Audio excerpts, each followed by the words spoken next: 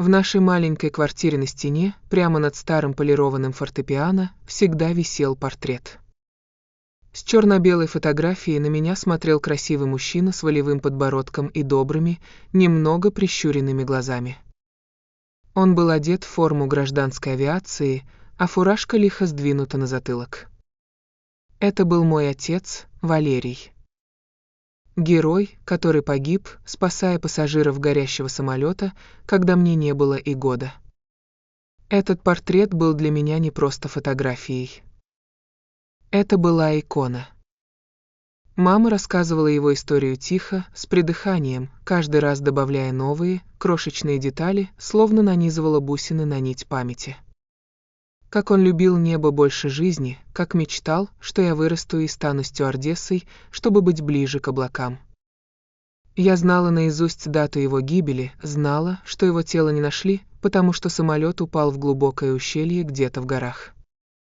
В школе я с гордостью рассказывала о папе героя. Одноклассники, чьи отцы пили, уходили из семей или просто сутками пропадали на заводах, завидовали мне. Пусть у меня не было отца живого, зато был отец-легенда. Идеал, который никогда не предаст, не накричит и не придет домой пьяным. Этот миф был фундаментом моего мира ровно 30 лет. Он же стал моим проклятием. Я выросла, отучилась, построила карьеру, открыла свою сеть кофеен «Арабика». Я стала жесткой, прагматичной бизнес-леди, но внутри меня всегда жила маленькая девочка, которая верит, что где-то там, на небесах, папа следит за каждым моим шагом. Из-за этого призрака я так и не смогла построить нормальную семью.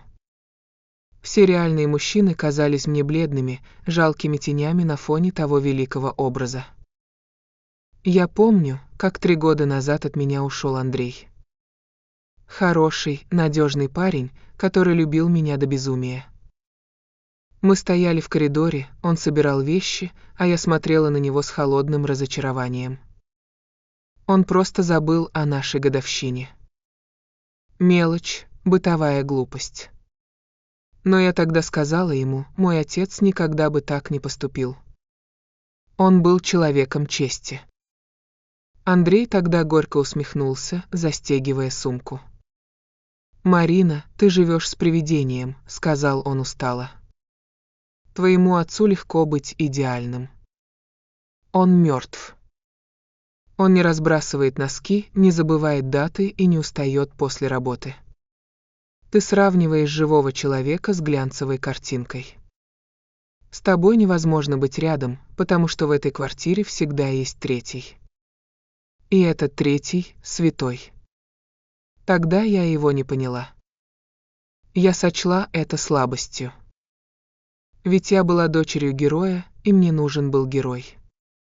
Я закрыла за Андреем дверь и привычно посмотрела на портрет. Папа смотрел на меня одобрительно. Я была уверена, что поступаю правильно, храня верность его памяти. Я не знала, что эта верность — самая большая ошибка в моей жизни.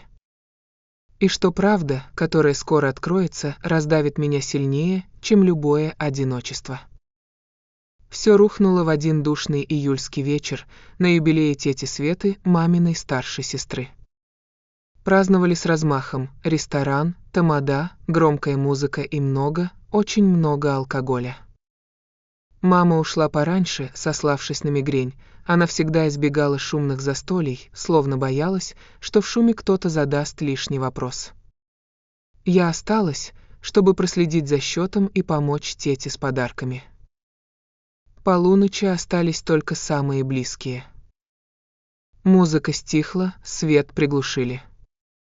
Тетя Света, раскрасневшаяся, с поплывшей тушью и растрепанной прической, сидела, обхватив бокал с красным вином. Она смотрела на меня долгим, тяжелым взглядом, в котором мешались жалость и какая-то необъяснимая злость. Мы заговорили о женском счастье. Я в очередной раз отшутилась своей дежурной фразой, что принцев нет, а до планки моего отца никто не дотягивает. И тут тетя Света вдруг фыркнула. Громко, некрасиво. «Планка, протянула она, кривя губы в пьяной усмешке. До планки Валерки, значит. Ну-ну. Высокая у тебя планка, Мариша. Недосягаемая. Особенно если учесть, что он ни дня в небе не был, а торговал поленой водкой и турецкими джинсами на рынке. В зале повисла звенящая тишина. Даже официанты, убирающие соседние столики, казалось, замерли. Я почувствовала, как холодеют руки. «Тётя Света, ты перепила», — сказала я жестко, стараясь сохранить самообладание. «Не смей так говорить». Папа был пилотом гражданской авиации. Она подняла на меня глаза. В них больше не было пьяного тумана. В них плескалась застарелая, 30-летняя обида за сестру, которую она носила в себе как камень. «Пилотом», — передразнила она с горячью. «Ох, Ленка, святая простота. 30 лет тебе мозги пудрит, и себе заодно. Какой он пилот, Мариша?» Его звали Виктор. Витя Поляков. Он был директором магазина, где мать твоя работала фасовщицей, таскала ящики. Женат он был. Глубоко и надежно женат. И 3 детей у него уже было, когда он Ленке голову вскружил. Я хотела встать и уйти, но ноги стали ватными. Я сидела и слушала, как рушится мой мир. А когда Ленка забеременела, продолжала тетя, безжалостно вбивая каждое слово, как гвоздь, он не обрадовался. Он не встал на колени. Он ей конверт на стол швырнул. «На чистку», — говорит. «На аборт, то есть». И уволил тем же днем по статье, чтобы жена не узнала, что он с сотрудницей шашни крутит. Пилот. Трусон, Мариша. Обычный трус, который испугался ответственности. А Ленка?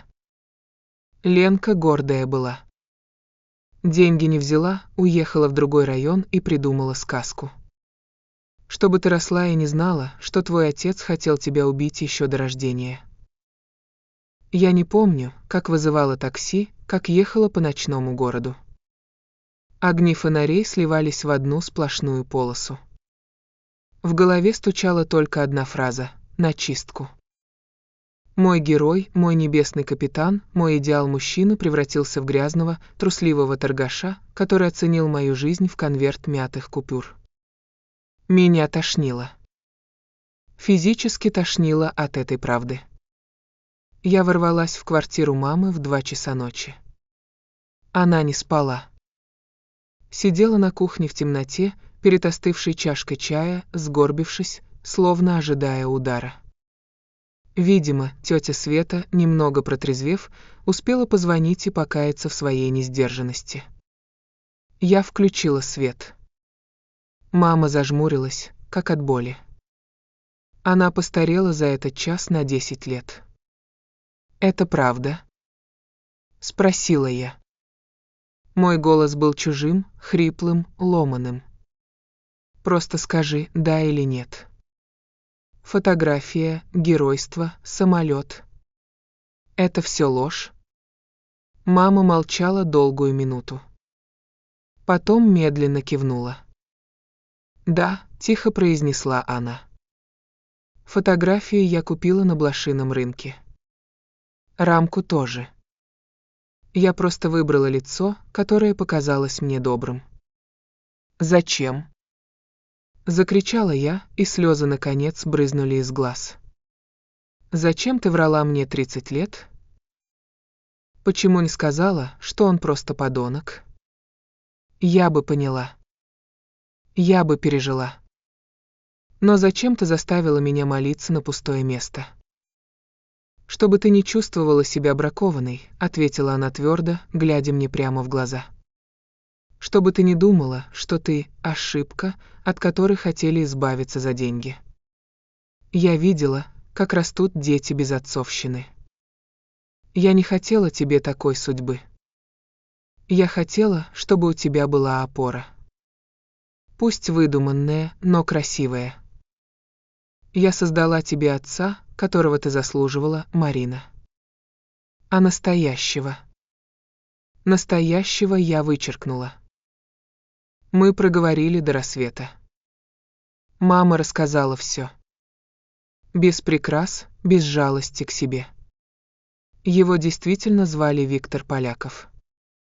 В 95-м он был королем района, держал несколько продуктовых точек. Мама была наивной 20-летней девчонкой из деревни, которая верила в большую любовь. Он ухаживал красиво, не цветами, а дефицитными продуктами, импортными шоколадками, обещаниями красивой жизни. Она не знала, что у него семья. Он не носил кольца. Я пришла к нему в кабинет счастливая, вспоминала мама, глядя в окно на светающее небо. Думала, он обрадуется. Сказала: «Витя, у нас будет малыш». А он даже не встал из-за стола. Он побледнел, потом побагровел. Сказал: «Ты что, дура? Куда мне ребенка? У меня жена, дети, бизнес. Мне проблемы не нужны». Он открыл сейф, достал пачку денег и швырнул их на стол. «Здесь хватит на лучшую клинику и еще останется на отпуск. Иди и реши вопрос. И завтра на работу не выходи. Расчет получишь в кассе». Мама рассказывала, как она стояла там, униженная, раздавленная, глядя на эти деньги. Как ей хотелось вцепиться ему в лицо, но она просто развернулась и вышла. Она оставила конверт на столе. Ушла в никуда, в общежитие, без работы, беременная, в голодные 90-е. Но она выжила. Ради меня. Я слушала ее и чувствовала, как внутри меня, на руинах разрушенного храма, поднимается что-то холодное и темное. Ярость. Не детская обида, а взрослая, расчетливая ярость. Я уложила маму спать, дала ей успокоительное. А сама села за ноутбук. Мне нужно было найти его. Не для того, чтобы обнять или потребовать алименты, а чтобы посмотреть в глаза человеку, который посчитал меня биомусором, подлежащим утилизации. Найти Виктора Полякова оказалось до смешного просто. Город у нас хоть и миллионник, но мир тесен. Я наняла частного детектива, просто чтобы сэкономить время. Через 3 дня у меня на столе лежала тонкая папка. Карма, бумеранг, судьба, называйте как хотите, но жизнь прошлась по моему биологическому отцу катком. Его империя развалилась еще в начале 2000-х. Он пытался заниматься строительством, кинул дольщиков, получил условный срок. Потом влез в долги к серьезным людям, продал все, что было. Жена, которую он так берег от новостей о любовнице, в итоге сама выгнала его, когда закончились деньги, и отсудила остатки имущества. Дети, ради которых он сохранял семью, разъехались и знать его не хотят. Сейчас Виктору Ивановичу Полякову было 60.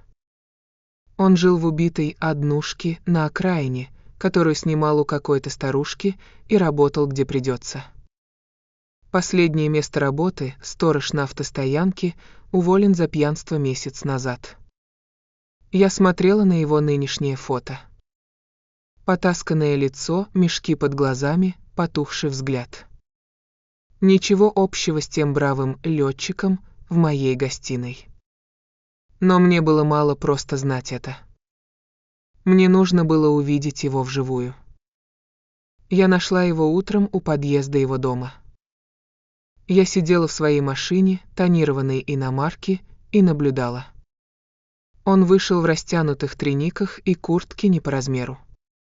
Пошаркал в магазин «Пятерочка». Через 10 минут вышел с самой дешевой буханкой хлеба и пачкой сигарет. Он остановился у урны, жадно закурил, кашляя и сплевывая на асфальт. Я смотрела на него и пыталась почувствовать хоть что-то родственное. Зов крови. Жалость. Ничего. Только брезгливость.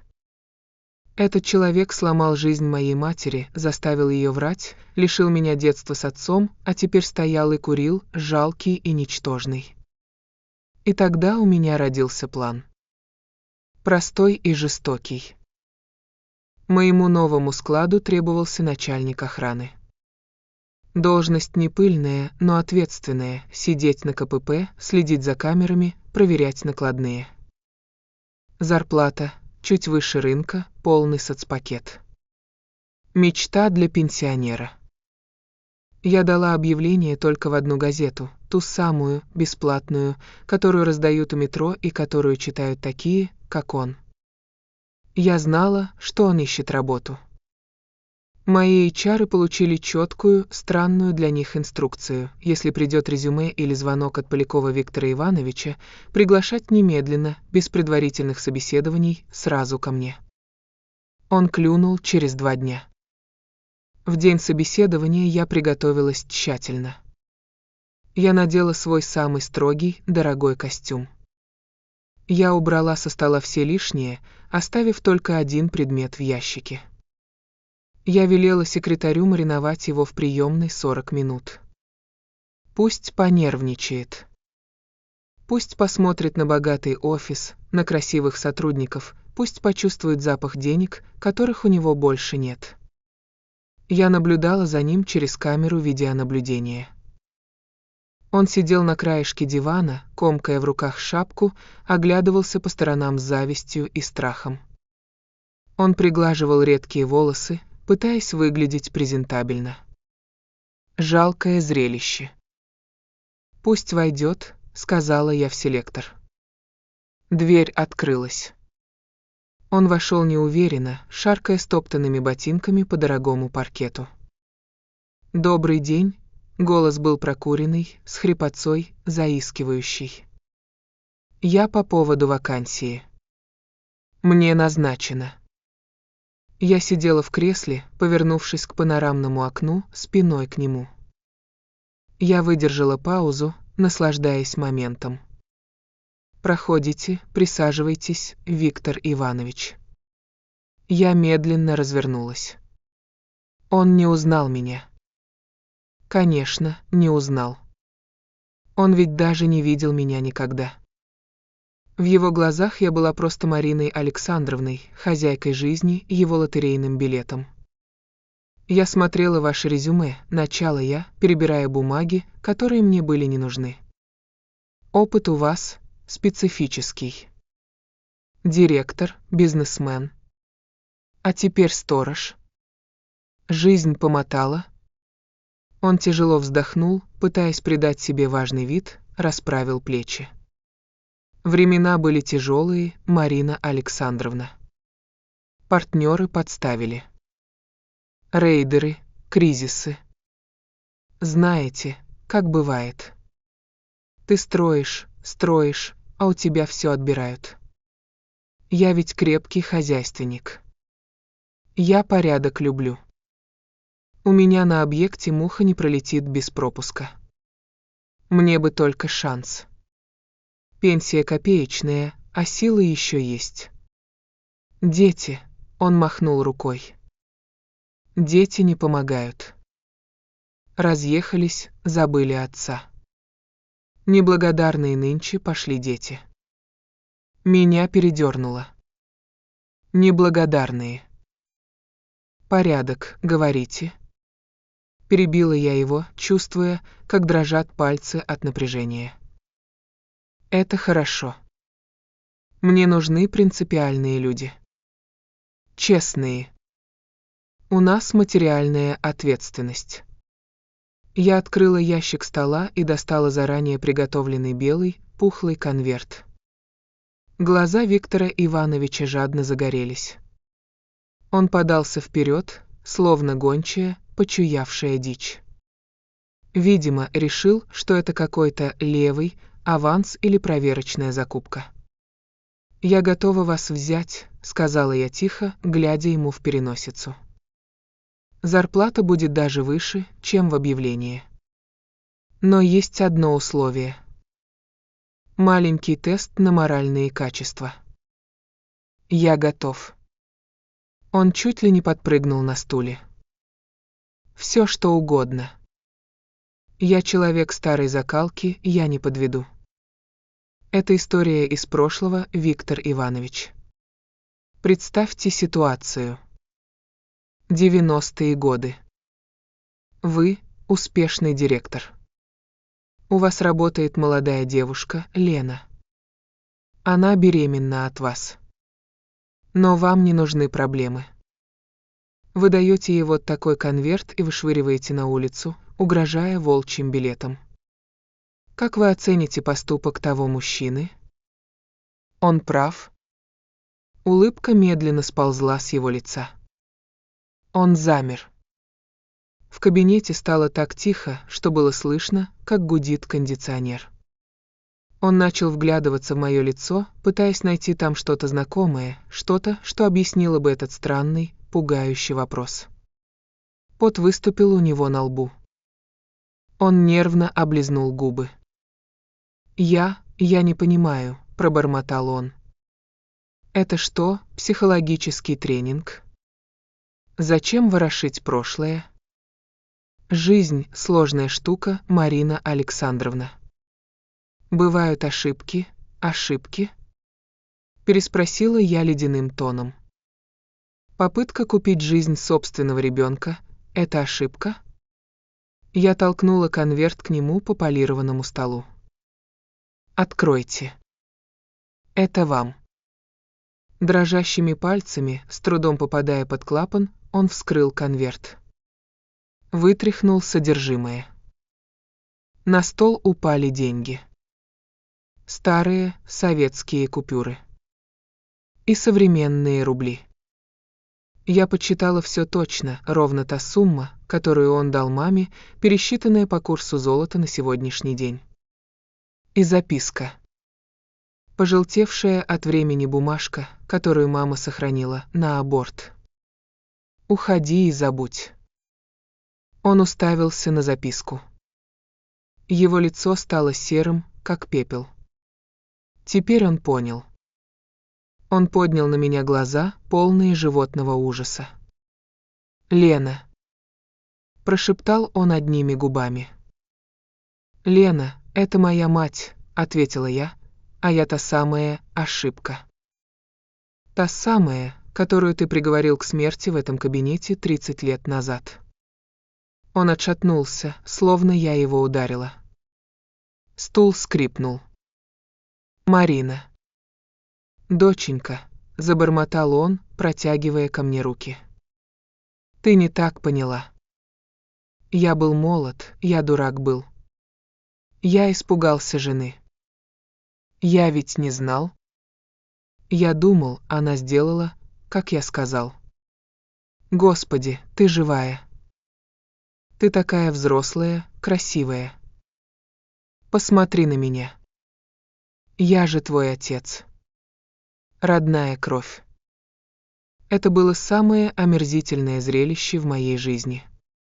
Человек, который 5 минут назад изображал крепкого хозяйственника, теперь скулил, давил на жалость, пытался монетизировать родство, от которого сам же отказался. Он быстро сообразил: я богата, я успешна, я — его шанс на сытую старость. «Прости меня». Он попытался встать на колени, но запутался в ножках стула. «Я искуплю. Я буду лучшим отцом. Не гони меня, я старый больной человек, мне некуда идти». Я встала. Во мне не было жалости.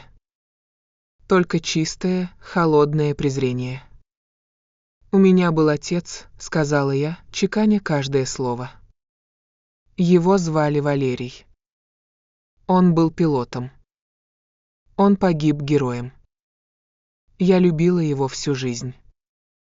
А ты? Ты просто посторонний старик, который ошибся дверью. Я нажала кнопку вызова охраны. «Сергей, проводите посетителя». Он ошибся адресом. Дверь распахнулась мгновенно. 2 моих сотрудника, рослые, крепкие парни, вошли в кабинет. Виктор Иванович сжался. Он понял, что спектакль окончен. «Забери деньги», — сказала я ему, указывая на рассыпанные купюры.